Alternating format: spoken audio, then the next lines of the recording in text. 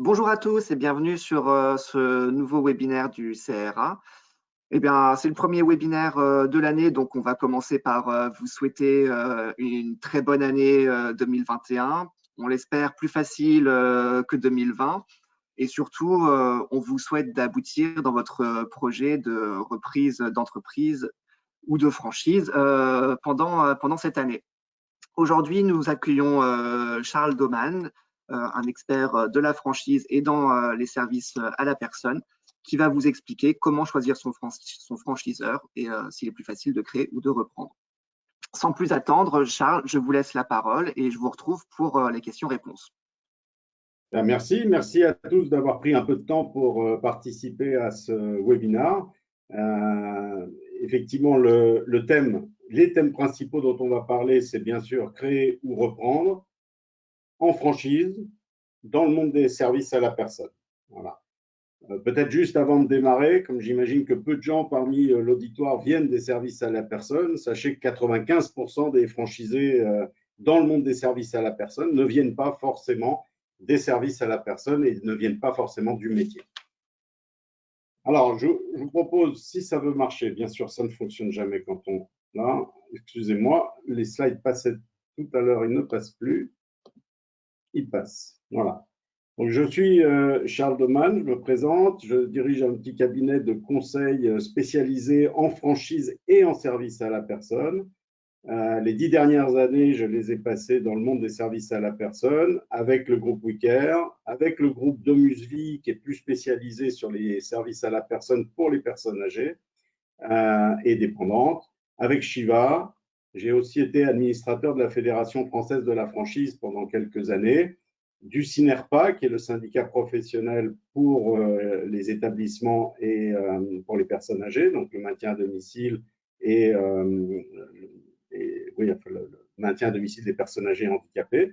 Et puis, j'ai été pendant quelques années aussi administrateur du réseau Entreprendre qui aide les entrepreneurs à démarrer des affaires. Et puis, les 20 ans d'avant, je les ai passés en B2B dans des entreprises américaines, japonaises ou européennes. Voilà. Donc, je vous propose de démarrer directement par le premier sujet qui est juste remettre en perspective, parce que c'est un marché qui est finalement assez peu connu, de mettre en perspective l'attractivité de ce secteur d'activité des services à la personne. Je ne vais pas reprendre les chiffres qui sont là. Ces services à la personne, vous le savez, c'est Jean-Louis Borloo qui les a fait exploser, mis en avant sous la présidence de Jacques Chirac et qui a structuré un peu ses activités. Il y a aujourd'hui 26 activités référencées dans les services à la personne. En les structurant, Jean-Louis Borloo avait comme objectif principal de passer, d'officialiser ce marché qui, à l'époque, représentait à peu près 90% de travail au noir. C'est-à-dire que les gens se débrouillaient avec leur femme de ménage, avec leur aide à domicile ou avec leur nounou de façon totalement voilà, en travail au noir. Et donc, l'idée, ça a été de réguler ce marché, qui est un gros marché, puisqu'il représente un peu plus d'1,5 million d'emplois maintenant. Donc, c'est quand même important et ça a été un apport considérable. C'est à peu près 3 millions de clients qui sont servis par les services à la personne en France, et c'est aujourd'hui 35 000 entreprises qui ont pu se développer grâce à ça sur ce secteur des services à la personne. On estime, je regarde le chiffre parce qu'il évolue très très rapidement, on estime à près de 25 milliards d'euros le revenu moyen de ce secteur d'activité en France. Donc c'est un secteur majeur qui représente presque 2 points de PIB, si je ne me trompe pas, entre 1,5 et 2 points de PIB aujourd'hui, et qui est en croissance constante, essentiellement d'ailleurs en croissance sur le secteur privé, enfin avec les entreprises privées. Les entreprises à l'origine qui étaient plutôt associatives ont perdu de l'avance et au profit justement des entreprises privées. Peut-être un point intéressant, vous savez que ce secteur est accompagné par des mesures fiscales importantes, 50% de réduction d'impôts liés aux dépenses dans les services à la personne, une TVA qui souvent est adaptée pour les services à la personne, des charges sociales qui peuvent être aussi minorées pour les services à la personne. Et souvent, les entrepreneurs qui se lancent dans ce métier-là, en franchise, sont des gens qui nous posent la question en disant oui, mais c'est quand même extrêmement dangereux de se lancer dans un secteur qui est autant aidé. Et en fait, ce qu'il faut avoir en tête, c'est que si ce secteur est aidé, comme je le disais, c'est pour arrêter progressivement le travail au noir. Je vous disais, quand Borloo a lancé les services à la personne, il y avait 87-90% de travail au noir sur ce secteur. Aujourd'hui, on est à moins de 50%, on parle de 45-47%. Et donc, même si ce secteur est aidé, il y a, je ne vais pas dire pas de chance, mais il y a très peu de chance pour qu'un jour le gouvernement revienne sur ces dispositifs, parce que comme vous l'avez vu, ça a un impact social sur le travail fiscal et au niveau des revenus. Une très belle étude que je vous encourage de regarder si ce secteur vous intéresse montre, c'est une étude d'Olivier Wyman qui a été faite par la Fédération des entreprises de services à la personne. C'est une étude qui montre que ce secteur, finalement, rapporte 1 milliard d'euros de plus que ce qu'il coûte à l'État. Donc, de par les impôts, la TVA, les charges sociales, etc. Voilà. Peut-être juste avant de passer sur le deuxième, enfin sur l'autre partie de la présentation qui va plutôt traiter de la franchise, des éléments sur le service à la personne, vous pouvez en trouver beaucoup. Tous les gens qui investissent ou qui travaillent dans ce secteur ont un point commun, ont des points communs. Et je pense que c'est important en début de présentation, si vous avez cette idée d'aller vers ce secteur d'activité, ce sont des gens qui adorent les relations humaines, ce sont des gens qui veulent donner du sens à leur vie, à leur métier, et que ce soit professionnellement ou personnellement. Et ce sont souvent et pratiquement tout le temps des gens qui aiment aider les autres et qui sont fortement bienveillants vis-à-vis de leurs clients, vis-à-vis aussi et beaucoup vis-à-vis de leurs intervenants. Voilà, ça c'est un des éléments qui est pris en compte lorsque on veut monter une entreprise dans ce secteur d'activité. Le facteur humain, privilégier l'humain, est vraiment un des points clés pour démarrer dans ce secteur d'activité. Alors, je considère que vous connaissez la franchise, mais ça vaut le coup peut-être de venir sur quelques points clés. La franchise a trois piliers principaux que vous avez là. Le premier, c'est bien entendu le savoir-faire, c'est-à-dire la capacité que va avoir une entreprise à dupliquer ce qu'il sait faire et ce qu'il a éprouvé avant de le dupliquer. Ça, c'est un des points essentiellement importants. La capacité de reproduire au sein d'un réseau d'entreprises qui sont juridiquement indépendantes, on verra après, un savoir-faire qui est réplicable d'agence en agence. La deuxième grande composante, ou le deuxième pilier, c'est le pilier de l'accompagnement. Ce pilier est important parce qu'il doit être avant, pendant et après. Avant la création de l'entreprise ou la reprise de l'entreprise en franchise,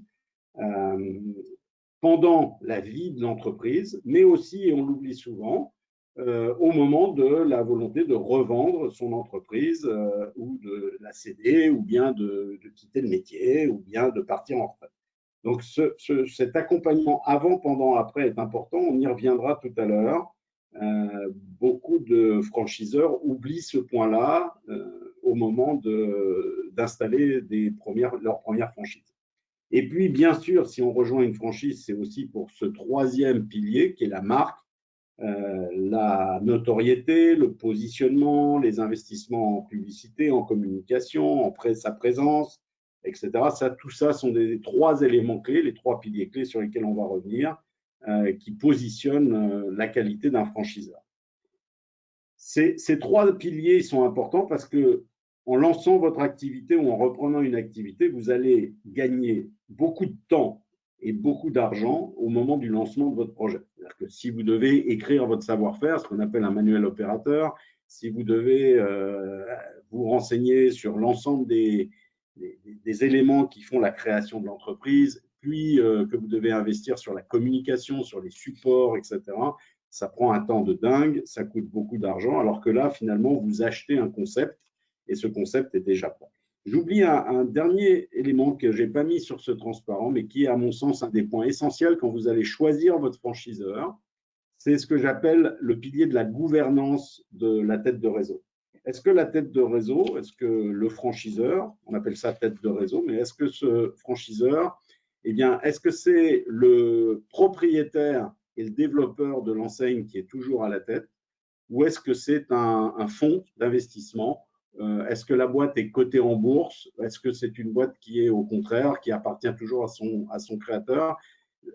En termes de fonctionnement, de vision à moyen et long terme, parce que les services à la personne demandent de la vision à long terme, surtout à domicile. Du coup, c'est un des éléments que vous devez prendre en compte dans le choix de votre franchiseur et de votre tête de réseau. Alors, si on revient juste sur le point de la franchise, comme je disais, le savoir-faire, l'accompagnement, la notoriété, c'est avant tout la collaboration entre deux entreprises indépendantes. Le franchiseur d'un côté, le franchisé de l'autre. Cette relation, elle est encadrée par deux éléments fondamentaux. Le premier, c'est le DIP, document d'information précontractuelle. C'est un document dans lequel vous avez toutes les informations sur le marché, sur la relation contractuelle, sur le business plan, enfin, tous les documents qui vont vous permettre de prendre votre décision de façon éclairée. Et c'est important pour le franchiseur d'avoir une totale transparence et de donner aux futurs franchisés l'ensemble des éléments. Ce DIP vous permet ensuite de passer à l'étape contractuelle et de signer ce contrat de franchise. Et entre les deux, on ne peut le faire qu'avec une durée de 21 jours entre les deux, ce qui explique bien la volonté qu'a ce DIP, enfin derrière ce DIP, de pouvoir que le franchiseur, ou futur franchisé, pardon, puisse contacter ses conseils, que ce soit juridique, expert comptable, avocat, etc., pour bien construire et pour être conscient de tout ce qui est prévu dans ce contrat de franchise que vous avez aussi au moment du DIP pour pouvoir l'étudier avec vos conseils.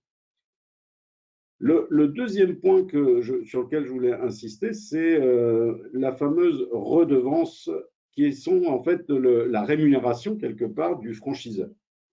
C'est la bête noire des comptables, des experts comptables, parce que cette redevance, comme c'est en général un pourcentage du chiffre d'affaires, cette redevance, elle est assez faible au démarrage de l'activité, puisqu'elle est en pourcentage du chiffre d'affaires, et puis elle monte au fur et à mesure que votre affaire, que la franchise se développe. Et donc, paradoxalement, elle devient importante quand au bout de 5, 6, 7 ans, 10 ans d'exploitation, on a moins besoin du franchiseur qu'au démarrage. Au démarrage, on va avoir très peu de redevances parce que très peu de chiffre d'affaires, mais on va avoir beaucoup besoin du franchiseur. Alors que 10 ans après, les choses sont un peu différentes, on a moins besoin du franchiseur et pourtant c'est là où on paye le plus d'exploitation. Et je dirais, heureusement, parce que c'est ça le cercle vertueux de la franchise. Et c'est souvent un des éléments qui nous oppose, je dirais, aux experts comptables. C'est justement parce que ceux qui fonctionnent bien peuvent financer le développement du réseau qu'ils vont continuer à bien fonctionner. C'est vraiment un cercle vertueux. Tout le monde finalement est gagnant. Ceux qui démarrent, ils sont aidés. Le franchiseur perd de l'argent les 3 premières années en accompagnement un franchisé. Et puis ceux qui sont arrivés à maturité, qui ont quelque part profité du modèle pour grandir et faire fructifier leur entreprise, vont participer au développement du réseau. Et je dis souvent que la franchise, quand elle est bien montée, quand un franchiseur fait bien son métier, c'est vraiment un co-développement et une co-construction qui est gagnant-gagnant. C'est-à-dire que le franchisé participe à la vie de son réseau, participe à la croissance de son réseau, participe à la notoriété de son réseau et co-construit quelque part l'entreprise, son entreprise, avec son franchiseur et avec ses autres collègues. Bien sûr, il y aura de la place pour les questions, parce que j'imagine que vous avez plein de questions. Je pense qu'on les traitera à la fin de la présentation. Comment se passe l'accompagnement du franchiseur? D'abord, on vous aide à monter votre boîte, à monter l'entreprise. C'est souvent, quand on le fait de façon individuelle, assez long, assez complexe, surtout en France. Beaucoup de choses à prévoir, etc. L'avantage de travailler avec un franchiseur et de monter en franchise, c'est que tout ce parcours entrepreneurial est déjà écrit, est déjà prêt.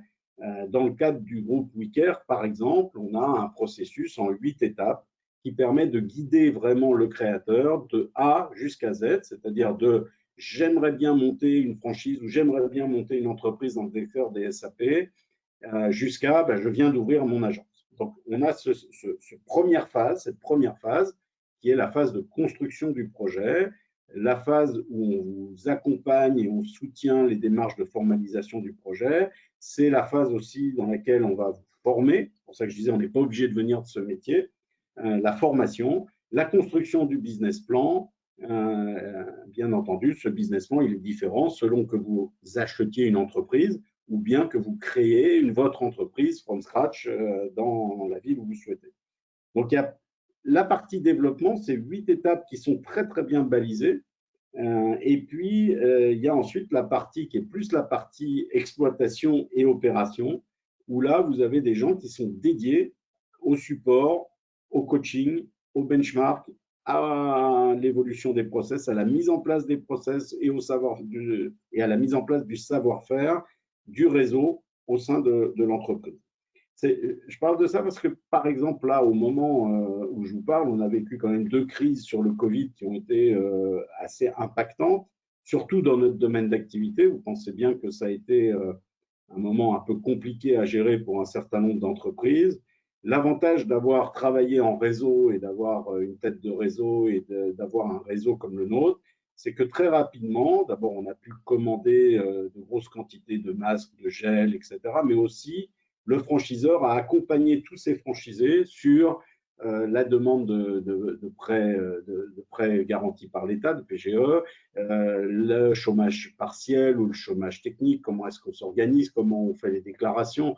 Tout ça a été très bien balisé et je peux vous assurer que les petites entreprises de service à la personne qui ne sont pas affiliées à un réseau ont eu beaucoup plus de mal que nos franchisés à passer cette étape. La première étape a été un tout petit peu compliquée, forcément, mais la deuxième s'est passée très, très bien. Et finalement, on va finir l'année, vous voyez, avec une baisse de chiffre d'affaires de l'ordre de 10 à 12%, ce qui est finalement très peu compte tenu de tout ce qu'on a vécu sur l'année. Donc, et je vais même dire, ce Covid a été pour nous une super opportunité aussi parce que, pour une fois, les pouvoirs publics, les conseils départementaux, les ARS, enfin, tous les gens qui gravitent autour du médico-social se sont rendus compte que, comme ils l'appellent, le privé lucratif peut être beaucoup plus réactif et beaucoup plus proche des clients, finalement, que les associations ou que les CCAS des mairies.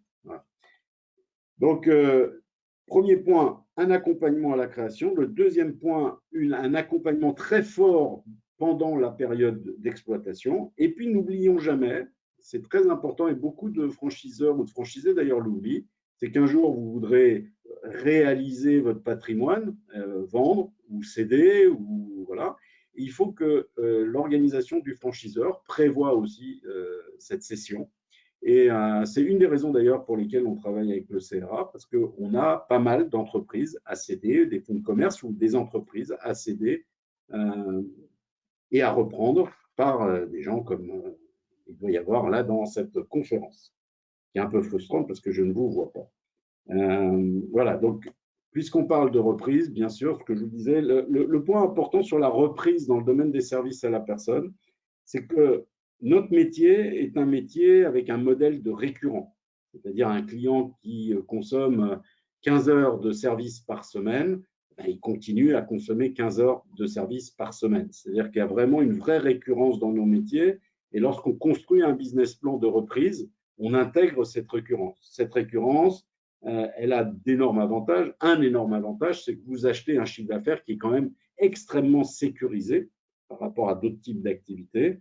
Et donc, ça permet à des gens qui veulent se reconvertir dans les services à la personne et dans la franchise de ne pas démarrer de from scratch, bien entendu, d'avoir déjà du chiffre d'affaires, d'avoir déjà des équipes, d'avoir déjà des clients et de s'assurer un revenu dès le démarrage de leur activité. Voilà. J'entends un revenu pour le chef d'entreprise. Bien sûr, quand on est en création pure, le revenu, on a d'autres sources de revenus qui peuvent être, par exemple, l'inscription à Pôle emploi qui va vous permettre de créer votre entreprise, d'avoir un revenu le temps que votre entreprise, au bout d'1 an, 2 ans, 3 ans, prenne son envol et soit capable de vous rémunérer directement.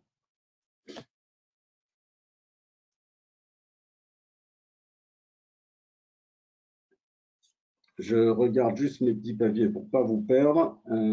Oui, on parlait de la franchise, créateur ou repreneur, la maîtrise du métier de franchiseur. Nous sommes affiliés, bien entendu, à la Fédération française de la franchise. C'est un des éléments à prendre en compte, bien entendu, lorsque vous allez choisir votre réseau. Pourquoi? Parce que la Fédération française de la franchise oblige ses affiliés à mettre en place et à suivre ce qu'on appelle le code déontologique européen de la franchise, qui a d'ailleurs été fait sur la base du code européen de déontologie français, avec des audits et avec une vérification par la FFF que nous tenons ce code de déontologie à jour. Vous l'avez en ligne sur le site de la Fédération française de la franchise. Je ne vais pas le détailler ici.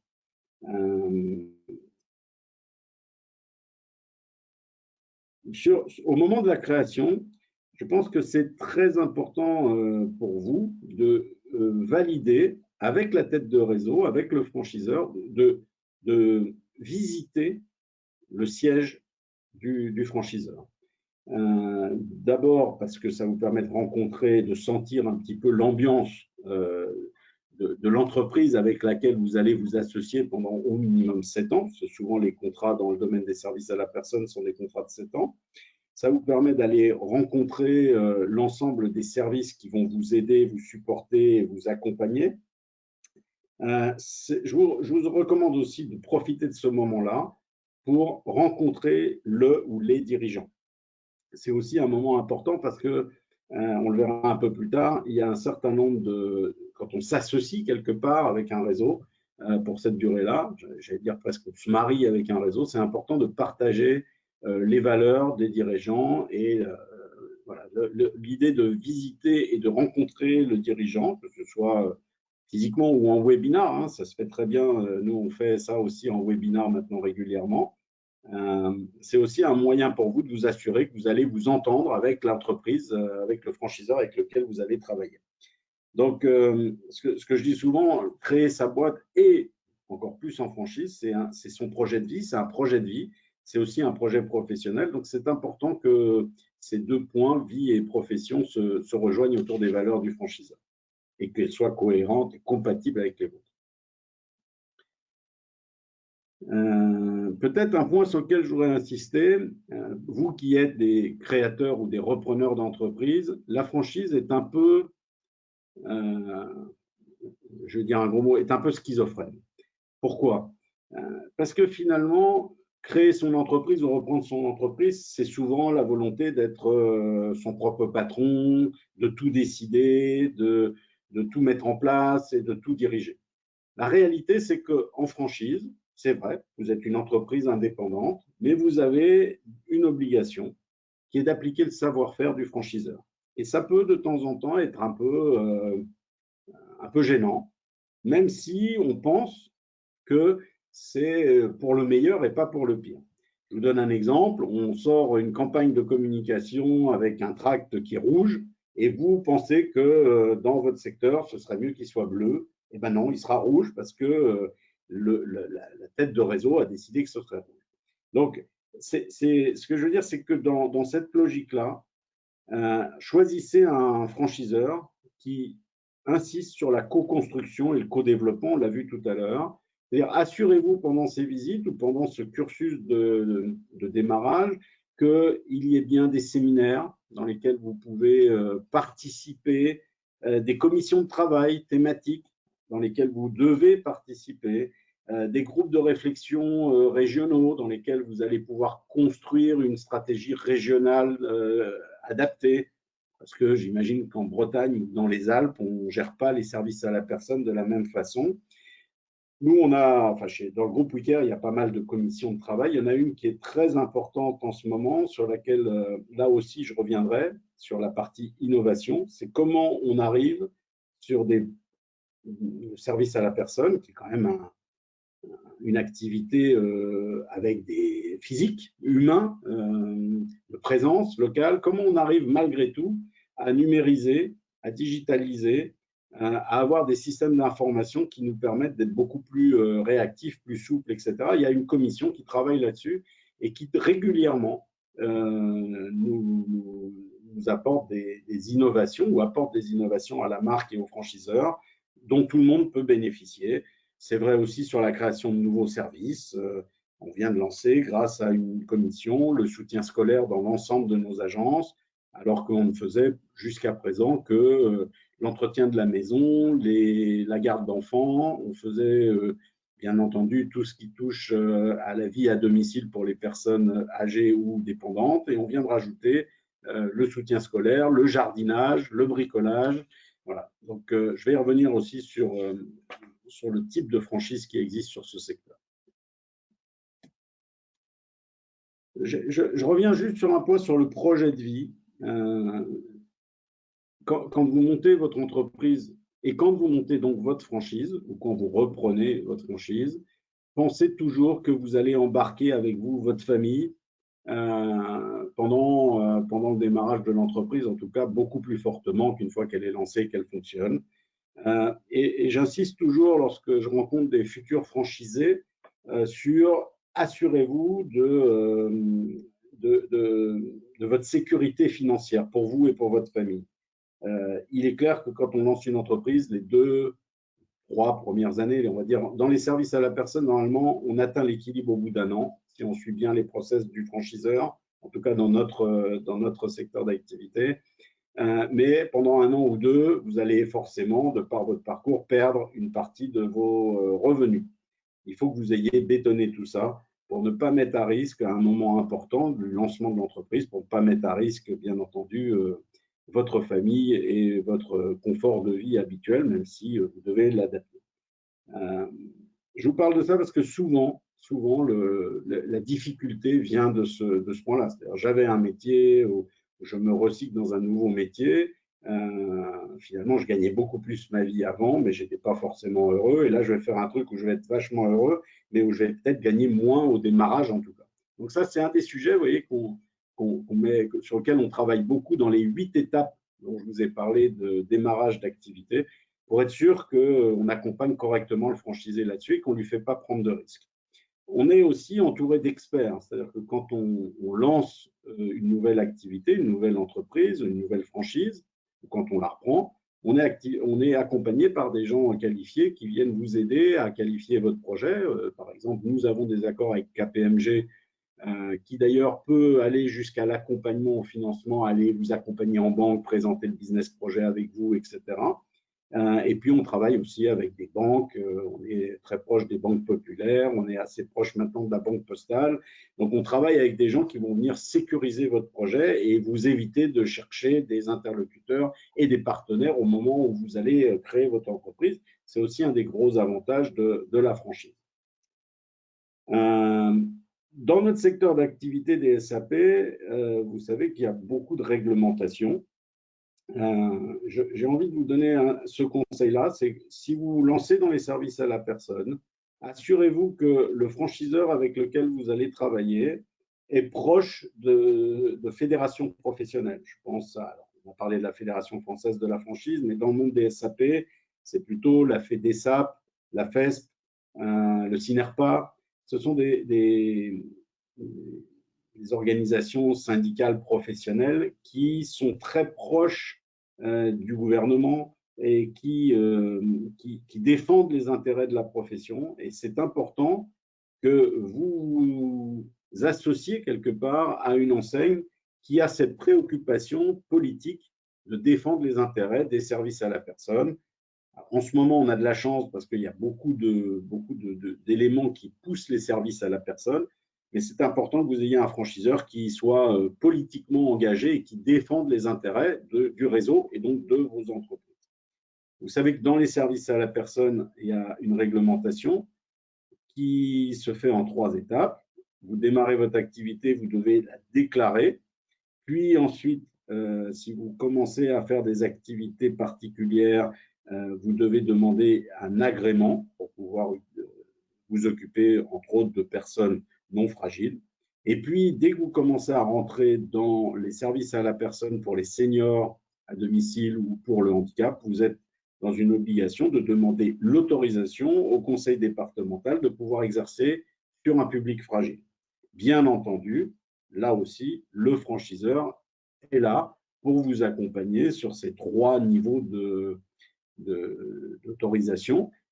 Bien entendu, la première et la deuxième sont assez simples à obtenir. La troisième peut être un tout petit peu plus compliquée selon la politique de chaque département. On peut dire aussi que dans les services à la personne, il y a 2 façons d'exercer. Et si vous vous intéressez à ce secteur, vous le verrez assez vite. Il y a 95% des activités qui se font en mode prestataire. Le personnel est votre personnel, il est sous contrat avec votre entreprise et vous le donnez, vous le mettez à disposition de vos clients et c'est vous qui payez le personnel. Un autre mode existe qui est le mode mandataire et ce mode mandataire est un mode dans lequel le client est l'employeur de son intervenant. Et dans ce cas, l'entreprise est juste une plateforme de mise en relation entre un intervenant qui cherche du travail et un client qui cherche un intervenant. Voilà. Et donc, un peu comme une agence immobilière, l'entreprise ne prend que la commission de gestion de cette mise en relation, quelque part. C'est important que vous regardiez bien ce point-là parce que au moment de la revente, vous voyez, la 3e étape, au moment de la revente de votre entreprise, ça peut changer fondamentalement la valorisation de l'entreprise, puisque dans un cas, vous avez du personnel, vous avez des clients et vous avez du chiffre d'affaires. Dans l'autre cas, vous n'avez pas de personnel, puisque le personnel est celui de vos clients. Les clients sont en relation contractuelle directe avec le personnel, donc c'est beaucoup plus volatile. Et puis surtout, votre chiffre d'affaires n'est que la part de la commission que vous touchez sur la mise en relation. Donc, la valorisation de l'entreprise peut être bien différente.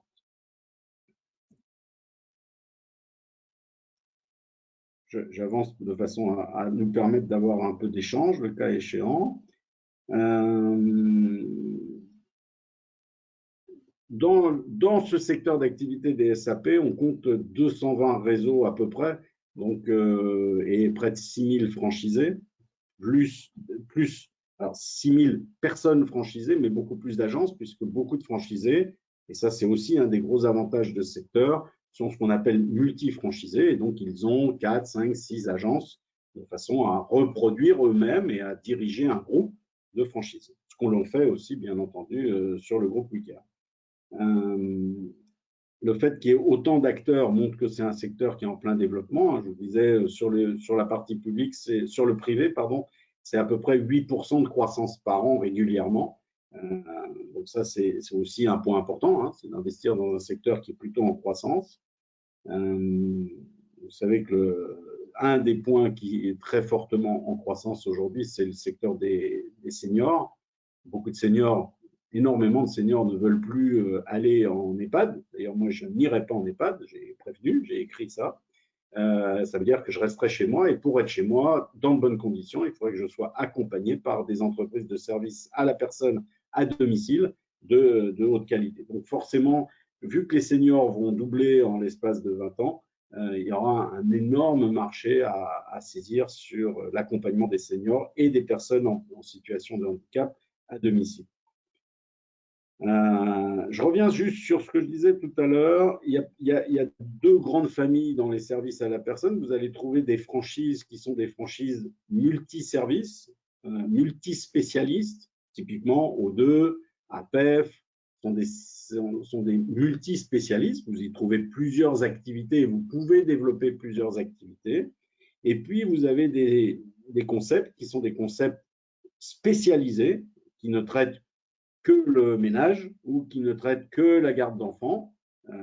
Shiva, si vous faites que du ménage, par exemple. Vous avez Familisphere, si vous faites que des enfants. Vous avez Academia, si vous faites que du soutien scolaire. Vous avez France Présence, si vous faites que du senior.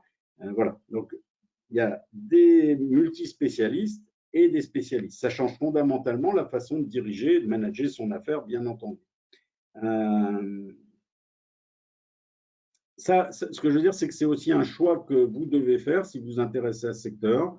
Est-ce que vous voulez couvrir l'ensemble des besoins ou bien est-ce que vous préférez vous focuser sur un seul métier?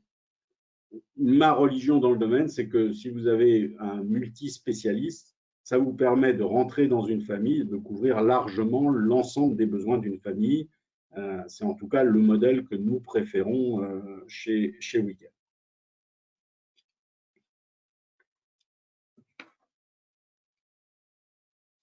Je reviens peut-être sur le point dont je parlais rapidement tout à l'heure sur les valeurs du groupe.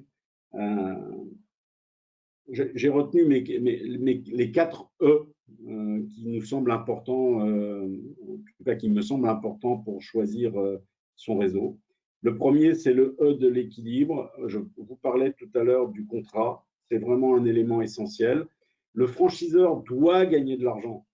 Dites à votre expert comptable que c'est normal que le franchiseur vous prenne des redevances et gagne de l'argent. C'est avec ça qu'il arrive à développer l'image, à développer son réseau. Donc, ne prenez pas un franchiseur qui ne gagne pas d'argent, mais il faut que le contrat prévoie que vous puissiez, en tant que franchiseur, gagner de l'argent. Cet équilibre-là entre le franchiseur et le franchisé est essentiel et je pense que c'est le b.a.-ba de ce qui fait la réussite d'un réseau de franchise. Je passerai sur le deuxième point qui est l'enthousiasme. Bien entendu, dans votre démarche de création d'entreprise, je vous encourage largement à rencontrer des franchisés. Valider, est-ce qu'ils sont heureux, est-ce qu'ils ont l'impression de participer au réseau, est-ce qu'ils ont l'impression d'être écoutés, d'être entendus, est-ce qu'ils ont réussi leur reconversion. Comme je vous disais tout à l'heure, beaucoup sont des gens qui ne viennent pas de ce secteur d'activité, qui se lancent dans les services à la personne. Personnellement, j'en rencontre pas mal, ils sont très heureux de l'avoir fait, ils ont l'impression de servir la société et d'avoir une vraie utilité, comme je le disais tout à l'heure, de bienveillance et d'accompagnement et d'aide de l'autre. Mais rencontrez-les, parlez avec eux, c'est vraiment clé. Et puis validez avec eux surtout s'ils gagnent de l'argent. Parce que malgré tout, en tant qu'entrepreneur, c'est aussi un des objectifs qu'on doit avoir en tête. Voilà, donc cette transparence et cet équilibre me semblent être essentiels quand vous allez choisir votre franchiseur. Le deuxième point sur lequel j'insisterai, c'est le travail d'équipe, on en a parlé, c'est le ensemble, c'est être sûr qu'à tout moment, vous pouvez participer au développement, que vous allez travailler avec le franchiseur, travailler avec vos collègues. C'est aussi un des éléments importants de la franchise, c'est que vous n'êtes jamais seul, puisque vous avez autour de vous des chefs d'entreprise qui font le même métier, qui ont les mêmes contraintes, qui ont les mêmes avantages, qui ont les mêmes engagements. Et donc, c'est très intéressant de pouvoir travailler ensemble. Travailler ensemble, c'est aussi vous intégrer dans votre tissu local et choisir, à mon avis, et avant tout, de commencer là où vous avez vos réseaux pour pouvoir…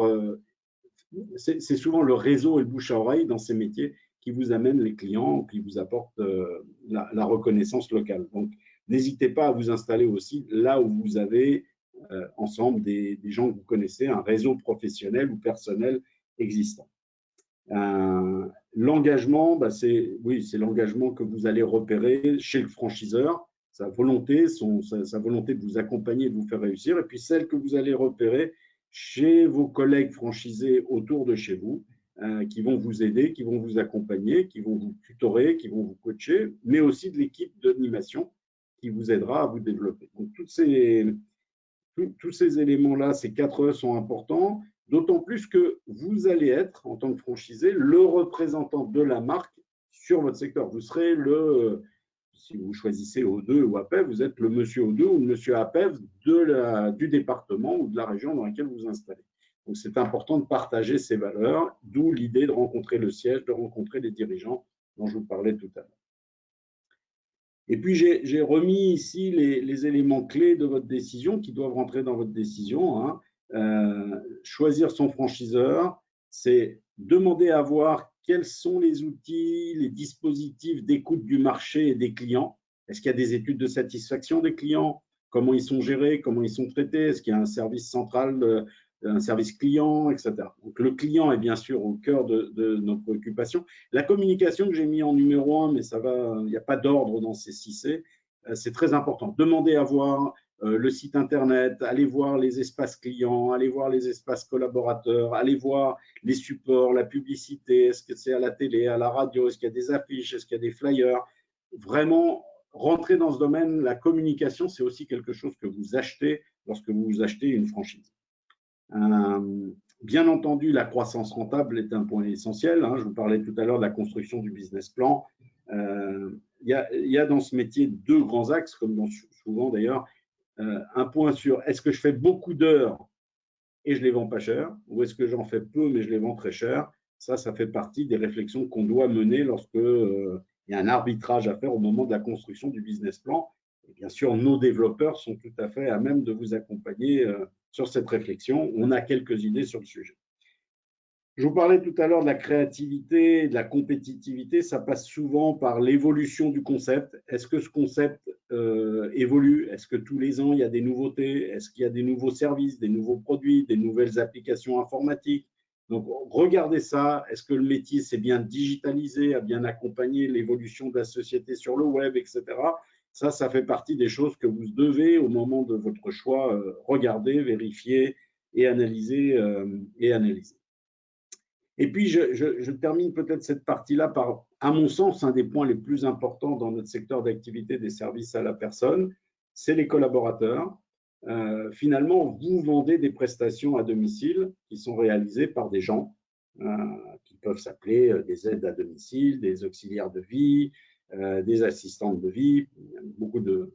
Certains les appellent même les lavandiers ou les lavandières, dans le cadre de la compagnie des lavandières qui est spécialisée dans le ménage à domicile et l'entretien du domicile. Donc, quand vous recrutez les gens, c'est le cœur du business. Et c'est pour ça que je disais en préambule que les gens qui investissent dans ce domaine sont des gens qui aiment les autres et qui ont envie de les aider. La qualité des gens que vous envoyez chez vos clients est la clé de ce secteur. J'aime cet acronyme que j'appelle le RIF. Il faut être capable de recruter les bonnes personnes, les intégrer correctement, les former correctement pour pouvoir les envoyer en clientèle et les fidéliser. Et donc, j'ai envie de dire, dans les services à la personne, encore plus que dans d'autres domaines d'activité, le chef d'entreprise est avant tout quelqu'un qui aime ses équipes et travaille avec ses équipes et accompagne ses équipes. C'est vraiment un des sujets clés de ce secteur d'activité. Peut-être juste vous donner une idée, le parcours de la création d'une entreprise en franchise dans le monde des services à la personne, entre le premier contact et le moment où vous ouvrez votre agence, c'est à peu près 6 mois. On arrive, quand vraiment votre projet est bien avancé, de le faire en 4 mois, mais globalement, prévoyez 6 mois entre le moment où on prend le premier contact et puis le moment où vous ouvrez votre agence et que vous démarrez votre activité. Bien entendu, choisissez un franchiseur qui a une certaine solidité financière, surtout en ce moment. Voilà, il y a des entreprises qui vont souffrir, comme beaucoup d'entreprises. Il se trouve que le groupe WeCare se porte bien et donc, pour le moment, tout est en bonne position pour 2021. Regardez, un des sujets sur lequel on discute souvent avec les futurs franchisés, c'est les droits d'entrée. Vous allez y trouver tout et n'importe quoi. Donc, je vous encourage à vraiment éplucher ces droits d'entrée. Voyez ce qu'ils représentent. Est-ce que c'est juste une exclusivité territoriale? Est-ce que ça inclut les formations? Est-ce que ça inclut le besoin de fonds de roulement que vous avez au début? Est-ce que ça inclut l'outil informatique? Est-ce que ça inclut la formation? Enfin, voilà. Le droit d'entrée est un des éléments de discussion souvent avec nos candidats. Regardez bien ce qu'il intègre et ce qu'il vous fait économiser par ailleurs, parce que, encore une fois, si vous montez votre propre boîte, tout ça est à faire par vous-même. Donc, regardez bien le montant des droits d'entrée dans un réseau, c'est quelque chose d'important. Dans les services à la personne, sur une création pure, je ne parle pas de reprise de rachat d'entreprise ou de reprise de fonds de commerce, mais globalement, sur une création pure, il faut avoir on a besoin la première année entre 80 et 100 000 euros.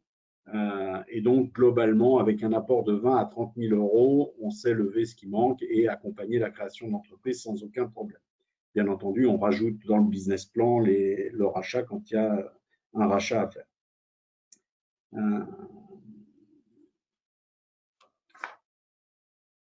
Ben voilà, on arrive presque au bout.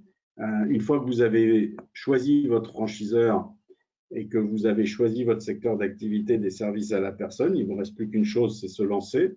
Comme vous le voyez sur cette photo que je trouve plutôt sympa, c'est se lancer, faire le pas, se jeter dans le vide et dans l'entrepreneuriat. L'avantage de la franchise, comme je l'ai expliqué pendant cette présentation, c'est que vous sautez avec un double parachute et puis surtout avec une équipe en bleu ceux qui vous ont permis de monter le projet, en rouge ceux qui vont vous accompagner, et puis les autres sont les gens du siège qui vont vous supporter en RH, en gestion, en finance, en informatique, en com, en marketing, etc. Et puis les autres, bah, c'est vos collègues franchisés avec qui vous allez aussi échanger, travailler, vous rencontrer, co-construire et co-développer votre business. Voilà, donc écoutez, je crois qu'on a fait, il est 45, j'avais dit qu'on s'arrêterait à 45 pour pouvoir répondre à des questions. Merci pour votre attention, j'espère que j'ai répondu en tout cas à certaines de vos questions. Il nous reste un petit quart d'heure, je crois, pour répondre aux autres. Merci à tous, je vous souhaite une magnifique année 2021. Vous souhaitez quoi? D'entreprendre et de trouver votre voie. Et en tout cas, nos équipes chez Wicaire sont à votre disposition si vous avez besoin d'avancer dans le domaine des franchises de service à la personne. Je vous remercie et je repasse la parole au CRA. Merci Charles pour cette présentation. Alors on va tout de suite passer aux questions-réponses avec une question qui est déjà très ancrée dans le sujet.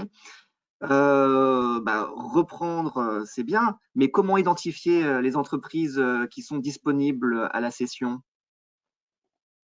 Écoutez, il y a bien entendu les outils traditionnels de recherche de cibles hein, que vous connaissez au CRA et que vous expliquez largement, donc je ne reviendrai pas sur cela.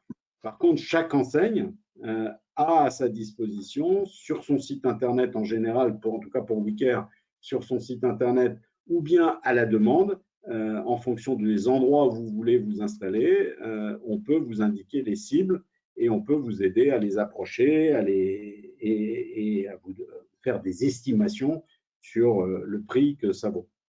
En général, sur les services à la personne, on considère que les cibles tournent entre, on va dire, en moyenne à 50% du chiffre d'affaires annuel, mais ça peut monter à 80% quand l'affaire est très rentable, voire à 100% dans certains domaines d'activité et sur certaines zones très convoitées. Mais en général, les franchiseurs sont capables de vous donner la liste des entreprises à reprendre. Ça répond à la question? Ouais. Je pense, oui. De toute façon, si ça ne répond pas, on peut toujours compléter par la suite pour avoir des précisions. Sinon, quand on reprend une franchise, est-ce qu'on paye également des droits d'entrée? Absolument. Quand on reprend une franchise, on intègre un réseau. Vous avez raison, c'est une bonne question. J'ai oublié de le dire, mais le contrat de franchise est un contrat intuitu personné. C'est-à-dire que la base de la franchise, c'est qu'on s'associe avec quelqu'un et pas avec une entreprise morale. On cherche la personnalité avec qui on veut s'associer. Et donc, effectivement, quand on rachète une entreprise, on rachète aussi les droits d'entrée. Alors, certains, selon le moment où on rachète l'entreprise dans la durée du contrat, certains peuvent apporter une sorte de prorata temporis du droit d'entrée déjà payé, ne payer que le droit d'entrée restant. Mais oui, on intègre un réseau, donc on repaye le droit de participer à l'évolution de ce réseau. D'accord. Et justement, dans la reprise d'une franchise, est-ce qu'il vaut mieux racheter les titres ou alors le fonds de commerce? Alors, j'ai envie de vous dire, peu importe. Peu importe, ça dépend surtout de l'endroit où on se trouve et des opportunités qu'il peut y avoir. Par exemple, chez Wicaire, on a pas mal de cessions partielles de fonds de commerce, c'est-à-dire des entreprises qui ont grossi et qui finalement, à un moment donné, décident de se recentrer sur une zone géographique sur laquelle ils peuvent avoir 80 ou 85% de leur chiffre d'affaires, et du coup de céder une partie du chiffre d'affaires sur des villes à côté là où on peut racheter un fonds de commerce. Donc, on rachète partiellement le fonds de commerce et ça permet de démarrer déjà avec un fonds de commerce. Après, bien entendu, un franchisé qui veut se retirer, prendre sa retraite ou céder son activité, bien entendu, on peut à ce moment-là racheter l'entreprise. C'est vraiment à étudier au cas par cas en fonction de ce qui est disponible, parce qu'il n'y a quand même pas, on n'a pas des reprises dans toutes les villes de France, malheureusement. On aimerait bien, mais ce n'est pas le cas. Nos franchisés sont plutôt des gens fidèles et renouvellent leur contrat de franchise. Donc, quand on a quelques franchises à vendre, il faut qu'elles tombent à l'endroit où vous avez envie de vous installer, où vous avez votre réseau, comme on l'a vu tout à l'heure. Donc, je dirais ni l'un ni l'autre. Ça s'étudie au cas par cas en fonction de l'endroit où vous voulez vous installer. Mais en tout cas, les deux sont tout à fait possibles. D'accord. Et justement, on va continuer de parler un peu d'argent. Est-ce que, Charles, vous avez une idée du multiple de l'EBE qui peut servir à estimer la valeur de l'entreprise pour le secteur du service à la personne? Alors, comme je disais tout à l'heure, c'est très variable. La réalité, c'est qu'on est plutôt sur une valorisation qui se fait sur le chiffre d'affaires. Dans ce secteur d'activité, puisque les prix sont globalement assez identiques à peu près partout et que la rentabilité est à peu près la même partout, c'est le critère du nombre d'heures et du chiffre d'affaires qui permettent de valoriser. Je disais, les plus petites valorisations qu'on peut trouver se situent autour de 30-40%, et puis les plus belles valorisations autour de 100%. C'est difficile de donner un multiple de BE. Si je devais en donner un, on serait entre peut-être 4 ou 5 fois le BE, à peu près. Mais c'est tellement variable d'une entreprise à l'autre. Ça dépend comment le dirigeant s'est rémunéré. Voilà. Donc, franchement, je ne préfère pas rentrer dans ce détail-là aujourd'hui parce que c'est très variable d'une entreprise à l'autre. Et j'allais dire, le CRA est là aussi pour vous accompagner, pour faire la meilleure valorisation possible. D'accord. Nous, on ne s'occupe pas trop de valoriser les entreprises, mais en tout cas, on peut donner un avis. La valorisation est justifiée, en tout cas.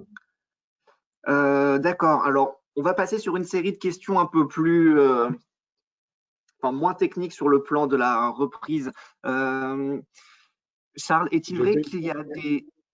Oui. J'ai fait une fausse manip, je ne vois plus rien à mon écran. Vous pouvez cliquer sur la petite flèche orange de la plateforme de webinaire, vous récupérerez au moins les webcams. Bon, vous continuez à me voir, c'est le principal, je ne vois plus la présentation, mais ce n'est pas grave.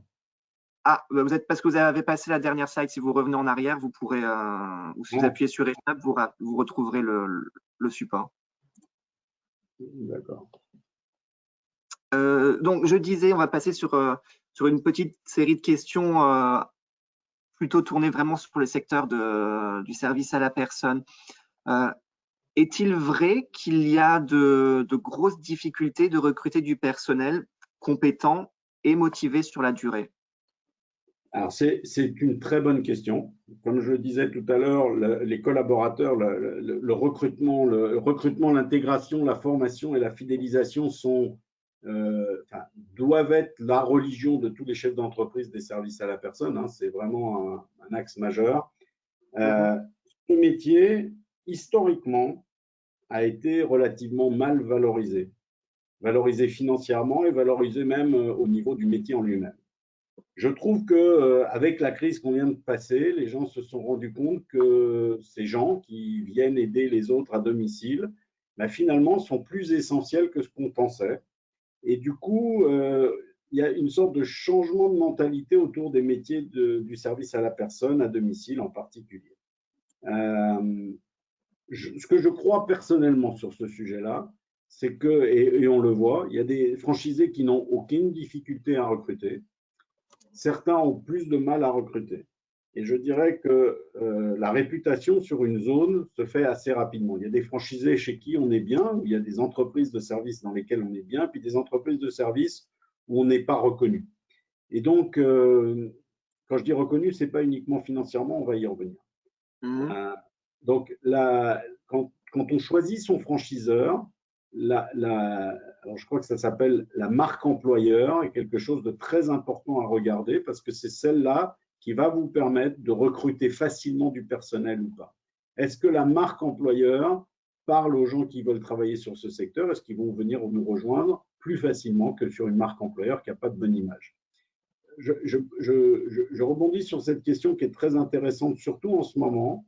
Je pense qu'avec ce qui est en train d'arriver, on va avoir beaucoup de gens qui sont issus de l'hôtellerie, qui sont issus de la restauration, des services en général, qui vont se retrouver sur le marché de l'emploi et qui du coup vont faire une migration vers les services à la personne, ce qui va nous permettre dans l'année qui vient ou les 2 années qui viennent d'avoir un afflux de recrutement de gens qui en plus sont formés au service à la personne. Voilà, quand on est maître d'hôtel dans un grand restaurant, bah, on sait servir les personnes, on est proche des gens, on apporte du service. Donc, on va avoir, je pense, un vrai apport de main-d'œuvre dans ce secteur. Ça, c'est la première chose. La deuxième chose, c'est que c'est un secteur qui forme de plus en plus et qui permet de faire des carrières incroyables. On a des gens qui ont démarré aide à domicile et qui sont aujourd'hui responsables d'agence, directeurs d'agence, voire même certains sont franchisés. Ça veut dire que c'est un secteur qui donne la possibilité. Wicker a un slogan qui dit c'est l'entreprise de tous les possibles. On peut dans les services à la personne démarrer de rien et arriver à tout. Donc ça, c'est un troisième élément. Le dernier élément qui me semble vraiment important et qui répond à cette question qui, moi, est une des questions principales dans mon esprit, c'est que si on veut du personnel de qualité, il faut des clients qui soient prêts à payer un peu plus cher pour avoir du personnel de qualité. Autrement dit, la stratégie de communication, de positionnement de la marque dans une région, c'est d'être capable de vendre cher pour pouvoir recruter et payer correctement son personnel.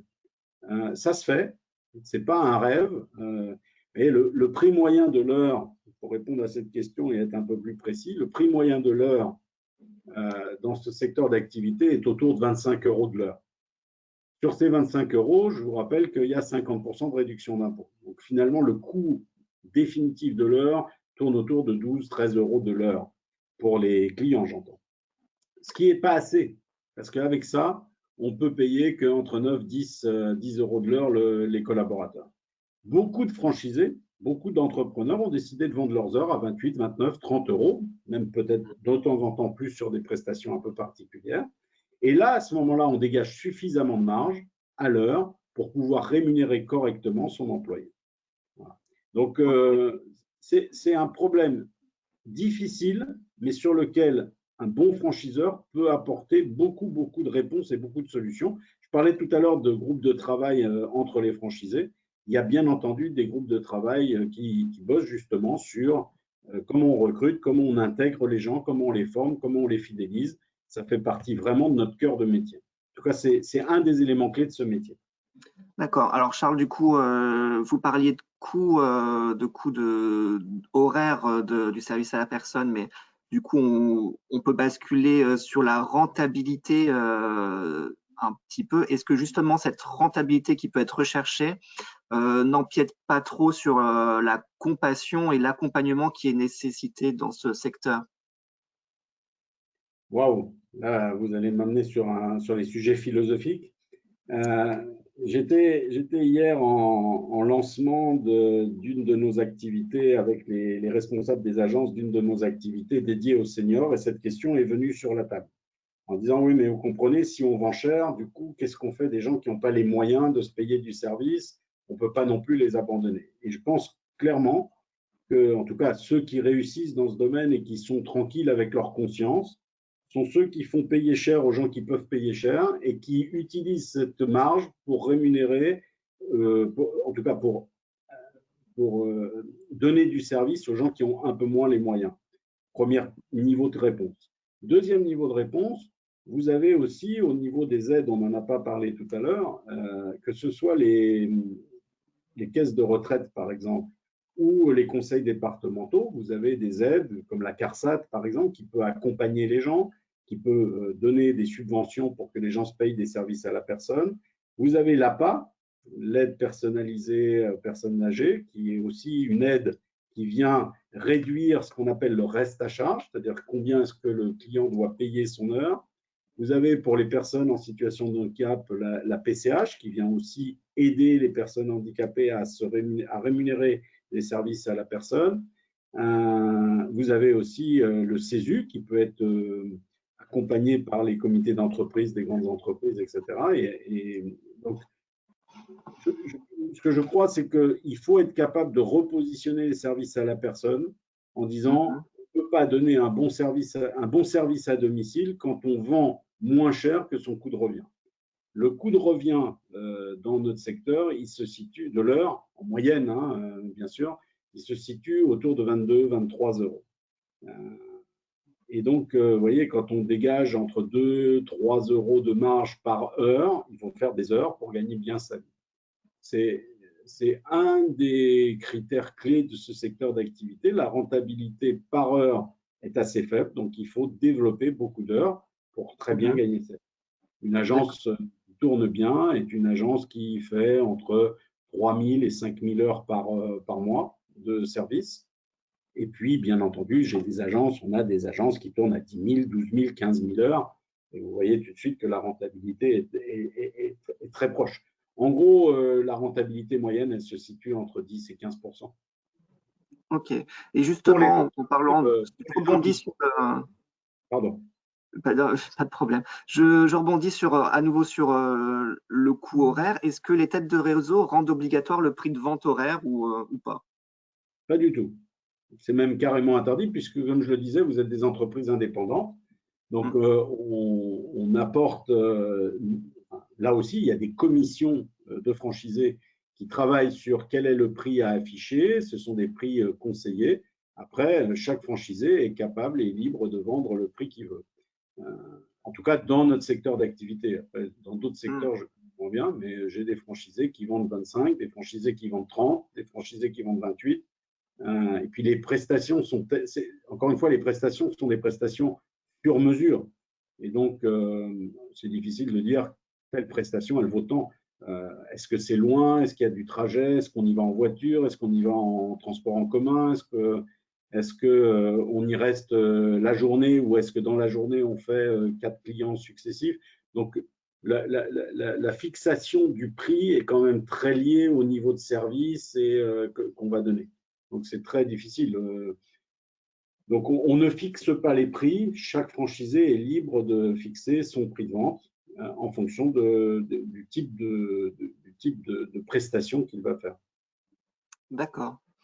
On va rester sur les têtes de réseau. Quel est l'accompagnement qui est prévu par les têtes de réseau au niveau des contrats de travail, grille d'évaluation de compétences ou de la formation continue? Alors, c'est ce que je vous disais, je ne connais pas toutes les têtes de réseau, mais je vous encourage fortement à choisir des têtes de réseau qui se sont posées ces questions-là. J'ai peut-être oublié un point important dans la présentation. Je vous encourage vraiment à choisir des têtes de réseau qui ont un réseau en propre et un réseau en franchise. Pourquoi je dis ça? Parce que typiquement, les questions que vous venez de poser qui sont essentielles, hein, grille de recrutement, grille d'évaluation, etc. Quand on est patron de son propre réseau, quand on a ses propres succursales, on a mis en place une politique RH de recrutement, de formation, d'évaluation, de salaire, etc., des grilles, etc. Donc, si je reprends O2 ou APEF, ces enseignes ont déjà leur propre agence. Chez O2, je crois que c'est moitié en succursale et moitié en franchise. Et donc, bien entendu, les franchisés profitent de tout ce travail qui a été fait sur la RH en termes de recrutement, d'évaluation, etc.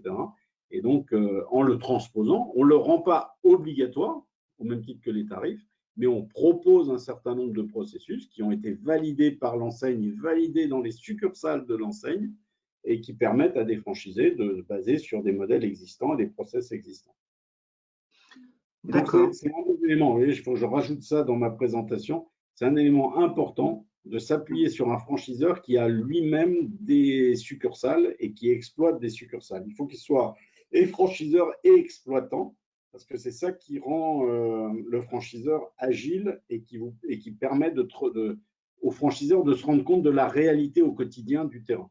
Méfiez-vous d'un franchiseur qui n'a qu'un réseau de franchise et une seule agence test. C'est dangereux.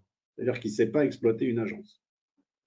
D'accord. Alors, compte tenu de l'heure, je vais prendre la dernière question, qui est en partie un constat. Bien souvent, les secteurs les plus intéressants sont déjà couverts, comme les grandes villes. Comment faire pour devenir franchisé sans récupérer entre guillemets, les secondes zones qui sont moins intéressantes? Même si on est multi-franchisé, est-ce que vous auriez des suggestions?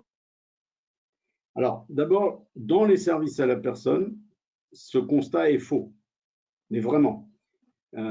Paradoxalement, ceux qui réussissent le mieux et qui gagnent le plus leur vie sont des gens qui s'installent sur des villes secondaires, où il y a beaucoup moins de concurrence et où il y a des personnes qui vieillissent plus, où il y a plus de personnes âgées et où globalement, le pouvoir d'achat pour les services est meilleur. Donc, je n'ai pas en tête les villes, mais si, quand on regarde le classement de nos agences par niveau de chiffre d'affaires, eh ben, celles qui tournent le mieux sont celles qui ne sont pas forcément dans des très grandes villes, mais plutôt dans des villes moyennes ou des petites villes, parce que moins couvertes et moins concurrencées.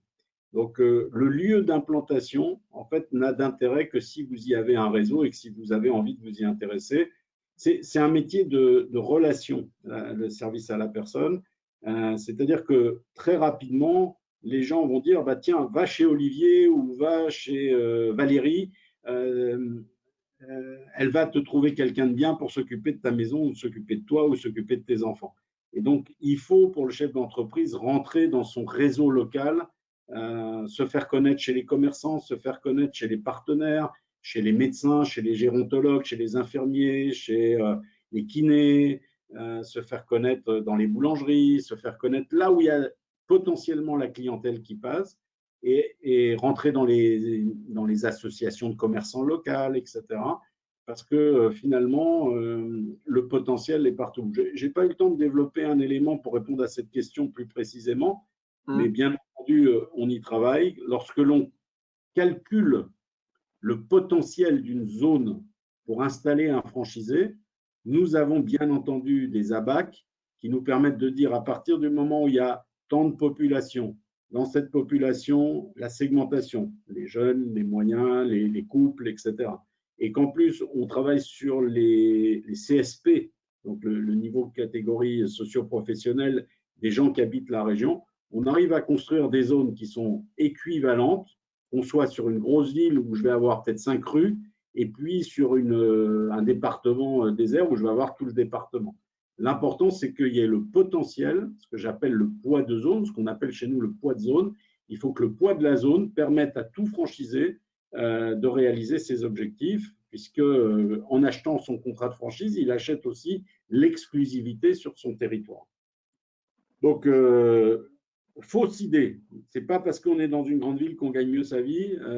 Alors après, si on habite une grande ville et qu'on veut rester dans une grande ville, il faut trouver l'enseigne qui permet de le faire et où il y a encore de la place. C'est vrai que les grosses enseignes sont déjà bien présentes partout. Je prends chez Wicker, par exemple, O2 est très présent sur l'ensemble de la France. Il y a encore beaucoup d'opportunités. On a à peu près, je crois, chez O2, 200 opportunités. Par contre, APEF, qui est un réseau en plein développement et qui fait globalement le même métier qu'O2, est un réseau sur lequel il reste beaucoup d'opportunités à prendre en rachat, mais aussi en ouverture pure, y compris sur des grosses villes. D'accord. Ben, merci beaucoup, Charles, pour toutes ces réponses. Malheureusement, compte tenu de l'heure, on va devoir fermer ce webinaire. Merci à tous. Il y a encore quelques questions en suspens. Vous aviez les coordonnées de Charles dans la présentation, donc oui, vous pouvez. Vous avez nos coordonnées, n'hésitez pas si je peux. Si vous avez besoin qu'on continue la discussion, je suis à votre entière disposition. Merci au CRA pour l'opportunité de défendre ce beau métier des services à la personne et de la franchise. Écoutez, c'est avec plaisir. En tout cas, nous, on vous souhaite bon courage pour cette année, Charles, et en espérant que ce sera beaucoup plus facile dans votre secteur. Et puis… Oui. On ne se plaint pas. Sur 2020, vous voyez, malgré la situation, le groupe, on va ouvrir 70 nouvelles entreprises sur 2020. Donc, on est plutôt très content on n'a pas tant souffert que ça par rapport à d'autres secteurs d'activité. Voilà. Très bien, bah, c'est parfait alors.